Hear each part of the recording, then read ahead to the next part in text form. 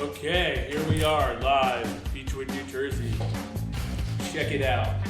Today's topic is going to be lightning arresters, surge protector, and grounding systems. Now, where's my lunchbox? Does anybody see the lunchbox? My lunchbox is going to appear right here without me touching anything with my hands.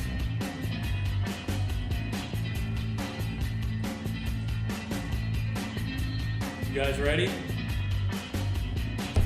3, 2, 1.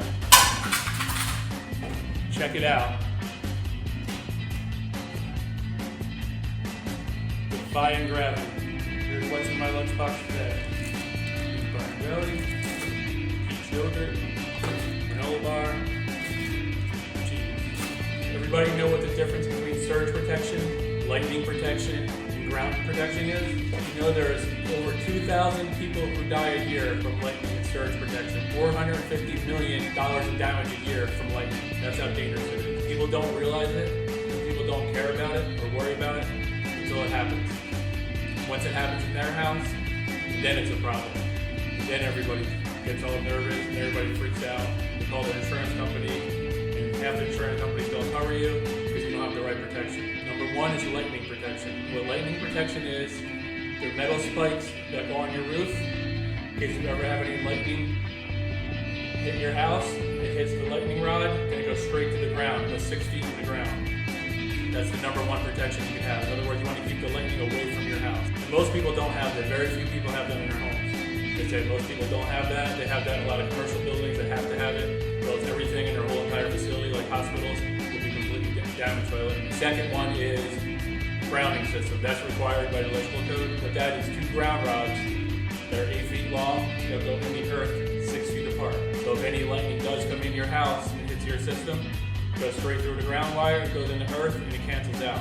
If you don't have those ground rods, what's going to happen? The lightning can hit your house, go through your wires, and if it's connected to any pipes, all your copper pipes will be energized. So if you go to take a shower, you'll be electrocuted, instant death. Go to put your hand on the sink, electrocuted. So the older houses that were all copper, that didn't have the grounding systems, that's why they were way more dangerous. Now they use PEX, they don't use copper as much. And the other thing that happens is, if you don't have that ground connected, if you have a lightning hit your house, it can backfeed to everything that has a ground wire in your house, which is all your major appliances, and lightning can destroy it. We're talking 550,000 volts.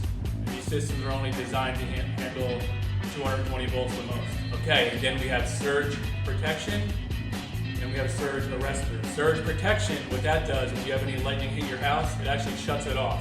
Completely shuts the power off to that device. That's surge protection, so you're going to protect your device. The surge arrestor actually holds all the excess voltage inside the system, and then it's a one-time use. And then most of the time you got to replace fuses or dispose of the units. So that protects you from any overvoltage, even if it's not lightning. That's why I recommend having both surge protectors and surge suppressors. Eaton makes a really nice one. You can put it in your panel, and the actual insurance companies assure you some have up to a $10,000 credit if anything gets damaged, a 10-year warranty. Buy it once. It's under $500 installed. You put it in your panel, and everything in your house is covered. All your computers, your TVs, your electronics. And once you get that, you get a certificate you give to your insurance company, so everything's covered. If you don't have that, and you have a lightning strike your house, sometimes insurance companies don't cover you, then you're out thousands and thousands of dollars. So a few $100 device can save you thousands. Now they actually make an outlet that has everything built in it. So it looks kind of like a GFI, has surge suppression and surge protector, built in it. This is what it looks like right here. You guys can see it. It's like a regular outlet. And what's nice about this is you can put it like where all your computers are and all your important appliances, and you hardwire it. So you know everything on this load end is protected. They also make another block that connects outside to all your low voltage, like your cable, internet, all your low voltage wires are connected to that. And I know a lot of people are familiar with the power strips. You have to be careful with them. So a lot of those aren't rated for as much voltage as you get with lightning. And a lot of times they can actually burn up inside, and they can actually burn out all your appliances. So if you get one, obviously you have to make sure it's UL listed. You have to make sure it's certified for a certain amount of joules of power. A lot of computers, They don't have surge protectors built in them. Some have like a cartridge fuse for an overload or short circuit, but not surge protection. So yeah, I've gotten many calls before, people panicking, freaking out after a storm. They call me up and say, "Oh, lightning just hit my house, I don't know what to do. It smells like everything in my house is burning on fire." And they see smoke coming out of the walls, and all their appliances literally blew up. But if they had all these protective devices, they wouldn't even have that problem in the first place. That's when it's too late. And like I said, sometimes insurance companies don't even cover it. So that's why you really have to be proactive, install it ahead of time. Don't wait till it's too late, and you have a bigger problem. Sometimes what can happen during a storm, the lightning can hit the ground wire, blow that up, which is the third wire, the open wire, and if that shorts out, everything in your house turns to 220, instantaneously blows up. So literally everything in your house starts smoking within a matter of a second.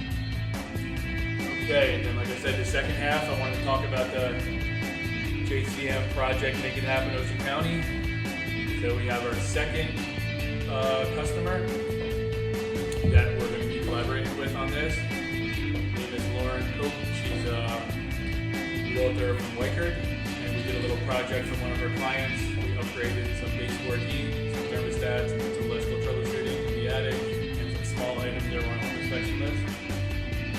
So we're going to be taking small proceeds from that job. We're going to buy a gift card from Tiana's Pizza, and we're going to add that to the collection. That's going to go to all the first-in-line workers that we're going to be helping out in the community.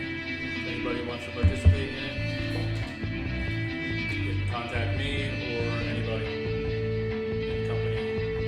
So to get back to the project Make It Happen Ocean County, that's going to be ongoing. We're going to do that throughout the week, and at the end of the week or 2 weeks, whenever we get a decent collection, then we're going to go bring it over to the facilities, to the people, the first-in-liners that are out there working, risking their lives, helping everybody. So we just want to do our part. You know, we just feel like everybody does a little part. It's going to compile and just show appreciation to people that are out there that are actually working, saving lives, taking care of everybody. What is a voltage spike? Okay, basically a voltage spike is when you have more voltage come into your house than everything is designed for. The typical house system is designed for 240 volts on two phases, 110 volts on each phase. So when you have some source like lightning come to your house, when it's only rated for 240 volts, imagine having 50,000 volts. It's like putting a 55-gallon of water in a shot glass. That's how much it destroys everything. That's what a voltage spike is. It goes way over the design rating of voltage. Do you think homeowners can install the house surge protection? It depends on how handy you are. I think a homeowner can do it.